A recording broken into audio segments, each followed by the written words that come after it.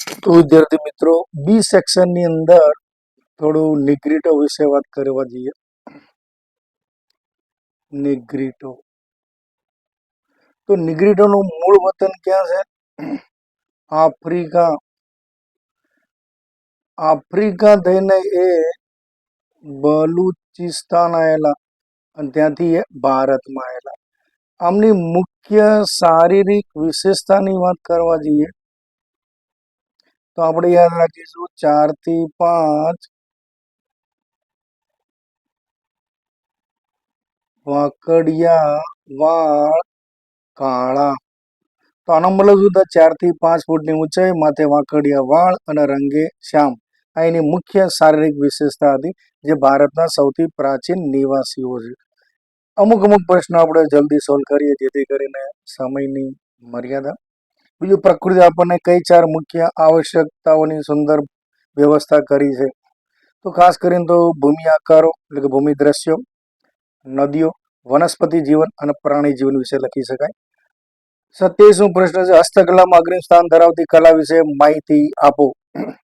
તો હસ્તકલામાં તમે માટી એ બધા વિશે લખી શકો. બેવડ ઇક્ત એટલે બેવડ એટલે બંને, ઇક્ત એટલે વણાટ, જેને આપણે કહીશું બેવડ ઇક્ત.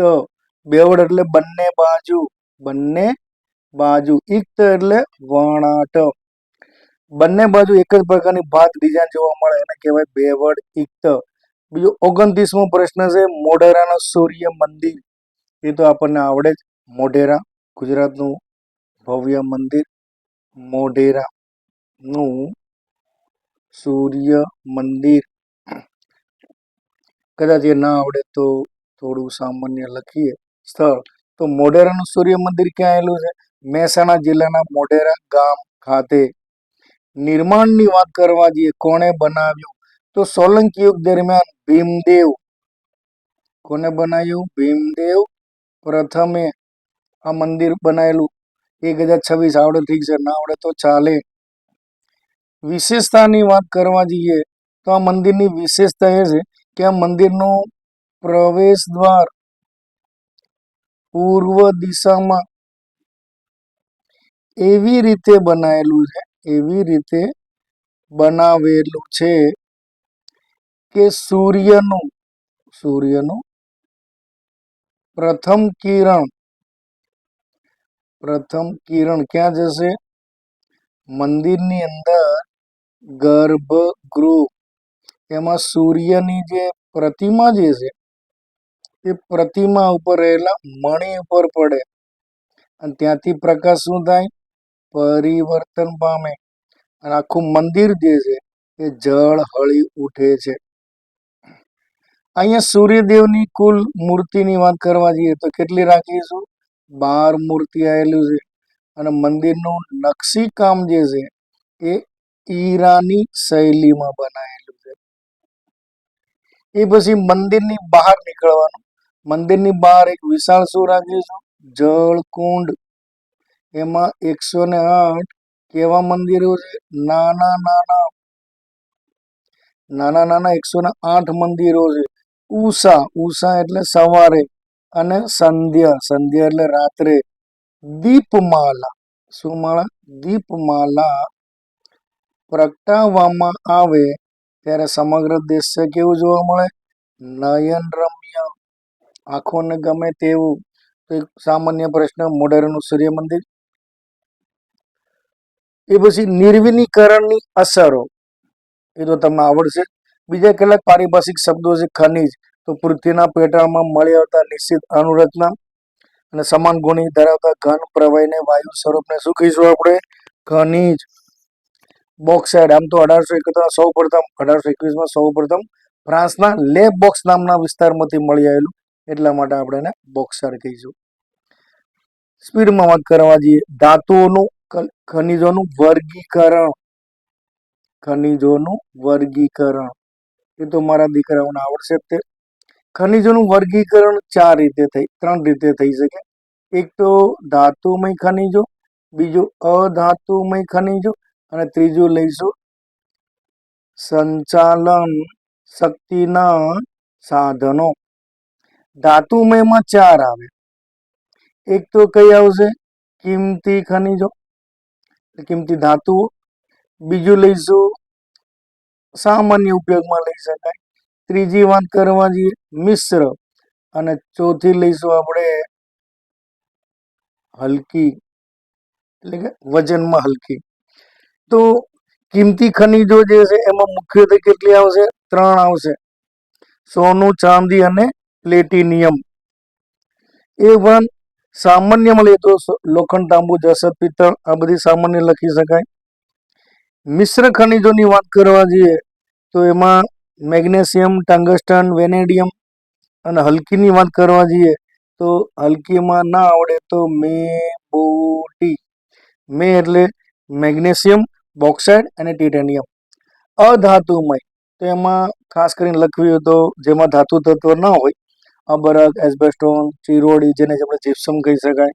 એ ઉપરાંત સલ્ફર, હીરા, ગ્રેફાઇટ, આ બધી અધાતુમય આવે. અને સંચાલન શક્તિની અંદર આપણે ભણી ગયા કોલસો, બીજું ખનિજ તેલ, ત્રીજું કુદરતી વાયુ, એ ઉપરાંત યુરેનિયમ, થોરિયમ અને મોનેઝાઇટ. આટલી મુખ્ય ખનિજોનું વર્ગીકરણ થઈ શકે. બીજો પ્રશ્ન 34 મને ઓળખો. તેમાં લખ્યું છે કે હું ટાટા સિવાયના લોખંડ પોલાદના કારખાનાનો વહીવટ કરું છું. તો એમાં શું આવે? SAIL, SAIL, steel authority of India limited. બીજું છે મને પૂર્વનું Manchester, denim of city of India, યાની કે અમદાવાદ. એ પછીનો એક પ્રશ્ન છે ખનિજોનું ઉદ્યોગોનું વર્ગીકરણ, જે હમણાં જ મેં લખેલું છે, ઉદ્યોગોનું વર્ગીકરણ. તો આપ જોઈ શકો છો અહીંયા ઉદ્યોગોનું વર્ગીકરણ લખેલું છે, રાઈટ. એમાં માનવ શ્રમ આપેલો છે, માલિકી આપેલી છે, અને કાચા માલના સ્ત્રોતના આધારે. તો આપણે પહેલા વાત કરવા જઈએ માનવ શ્રમ. તેમાં મોટા ઉદ્યોગો અને નાના પાયાના ઉદ્યોગો માનવ શ્રમના આધારે. માલિકીના આધારે વાત કરવા જઈએ તો ખાનગી ક્ષેત્ર, જાહેર ક્ષેત્ર, એ બંનેને ભેગા કરો એટલે સંયુક્ત ક્ષેત્ર, અને છેલ્લા આવશે સહકારી ક્ષેત્ર. આમ 4 પ્રકાર પાડી શકાય. અને કાચા માલના સ્ત્રોતના આધારે આપ જોઈએ તો કૃષિ પેદાશ ઉપર આધારિત અને ખનિજ પેદાશ પર આધારિત ઉદ્યોગો. આ એક અલગ ટાઈપનું વર્ગીકરણ કરેલું છે, થોડો એન્ટિક લાગ્યો પ્રશ્ન. એ છે 36મો પ્રશ્ન પશ્ચિમ બંગાળ ઉદ્ભવેલી બળવાખોરી. પશ્ચિમ બંગાળની અંદર જે 1967ની અંદર પશ્ચિમ બંગાળ નક્સલબારી ગામમાંથી શરૂ થયું, એટલે આપણે નક્સલવાદ કહેવાય. પણ આમ તો એ એકચ્યુઅલી માઓ ત્સે-તુંગની વિચારસરણી ઉપર આધારિત છે, એટલે આપણે માઓવાદી કહી શકાય. દક્ષિણ પૂર્વ ભારતના રાજ્યો લખજો, એમાં 2 મુખ્ય લશ્કરી સંગઠન લખજો. અનુસૂચિત જાતિ અને જનજાતિ કોને કહી શકાય એના વિશેની માહિતી છે. સી સેક્શનની અંદર જોવા જઈએ તો નીચે એક આપેલું ચિત્ર છે. તો આપેલ ચિત્ર કયા સૂર્ય મંદિરનું છે? તો આ જે છે એ કોણાર્કની અંદર આવેલું કોણાર્કનું સૂર્ય મંદિર. બીજું છે આ સૂર્ય મંદિર કયા રાજ્યમાં? તો ઓરિસ્સા રાજ્યમાં આવેલું છે. અને આ મંદિરને બીજા કયા નામથી ઓળખીશું? તો કાળા પેગોડા. તો એના વિશેની માહિતી લખવાની છે. 39મો પ્રશ્ન છે મધ્યપ્રદેશ રાજ્યમાં આવેલા તોરણની અલંકારિક શૈલી ધરાવતા મંદિર સમૂહ. તો તોરણ રૂપી અલંકારિક શૈલી ધરાવતું એકમાત્ર મંદિર કયું મધ્યપ્રદેશની અંદર? ખજુરાહો. તો એના વિશે થોડું લખવાનું છે. અને ગુજરાતની પ્રાચીન વિદ્યાપીઠમાં વલ્લભી. બીજું સંસાધન એટલે શું? તેના ઉપયોગ ખોરાક અને શક્તિના સંસાધન. તો ખોરાક તો આપણને આવડે, મોટાભાગની દરિયામાંથી મળતી માછલીઓ, ખેતીનો પાક, મધ, આ બધાનો ખોરાક તરીકે ઉપયોગ. શક્તિના સંસાધન તરીકે તો સામાન્ય રીતે આપણે સંસાધનોમાં કોલસાનો ઉપયોગ કરીએ વીજળીની અંદર, રાઈટ. ખનિજ તેલ જે છે એના વિશે. બીજું કાળી જમીન, કપાસની જમીન, એક સારો પ્રશ્ન છે મોસ્ટ ટાઈમ. બીજું વિશ્વ વ્યાપાર સંગઠનમાં જોડાવાથી ભારતીય અર્થતંત્રની અસરો. આ એક થોડું અર્થશાસ્ત્રનું છે, એટલે ઘણા બાળકોને થોડી તકલીફ પડતી હોય છે. તો ભારતીય અર્થતંત્ર પર અસરોમાં ટૂંકમાં વાત કરું છું. તો વિશ્વ વ્યાપારમાં ભારતનો હિસ્સો 0.5% હતો, જે વધીને હવે કેટલો થઈ ગયો? 1%. બીજો પોઈન્ટ, બીજા પોઈન્ટમાં શું લખીશું? તો બીજા પેટની અંદર તૈયાર વસ્ત્રોની, એવું ના આવડે તો કાપડની નિકાસમાં શું થશે? વધારો થશે. ત્રીજો પોઈન્ટ, ભારત જેવા દેશની જે કૃષિ પેદાશો જે છે એ પેદાશોમાં શું થશે? હવે વધારો થશે. અને ચોથા પોઈન્ટની અંદર વાત કરવા જઈએ તો આપણા દેશમાં આયાતો જે છે એ આયાતો ઘટી અને નિકાસો વધી, પરિણામે હુંડિયામણમાં શું થયું? વધારો થયો. એક ભાવ વૃદ્ધિના વિવિધ કારણો પૂછ્યા છે અને સ્વતંત્રતા પછી ભારતમાં આરોગ્ય ક્ષેત્રે પગલાં લેવાથી કયા કયા સુધારા થયા? તો રસીકરણનો જે કાર્યક્રમ છે એક ડી સેક્શનમાં બહુ સારો પ્રશ્ન લાગ્યો, એટલા માટે આમ તો ડી સેક્શનમાં 5મા પાઠના 2 સવાલો છે, પણ આ પેપરમાં થોડુંક અલગ રીત આપી.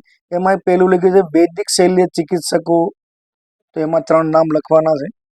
એમાં પહેલું છે ચરક, બીજું સુશ્રુત અને ત્રીજું વાઘભટ્ટ. બીજું ખગોળ અને જ્યોતિષ વિદ્યાની અંદર વાત કરી છે તો ખગોળ અને જ્યોતિષ વિદ્યામાં 3 મહાન વ્યક્તિઓ, એક તો આર્યભટ્ટ, બીજું બ્રહ્મગુપ્ત અને ત્રીજો કયો રાખીશું આપણે? વરામિહિર, જેને ખગોળ વિશેની માહિતી આપી. એ ઉપરાંત પ્રાચીન વાસ્તુશાસ્ત્રીઓમાં તો એમાં ઘણા નામ છે, ભૃગુ, વશિષ્ઠ, વિશ્વકર્મા, નારદ, તમને જે આવડી. ગણિત શાસ્ત્રીઓમાં તો કે આર્યભટ્ટ, બૌધાયન, ભાસ્કર, મેમાં ઘણા લખે બ્રહ્મગુપ્ત, આપતસ્તંભ, કાત્યાયન, રાઈટ. તો આ પ્રકારનો એક પ્રશ્ન એની અંદર છે. આવું કોષ્ટક આપેલું હશે તો ખાસ ધ્યાન રાખજો.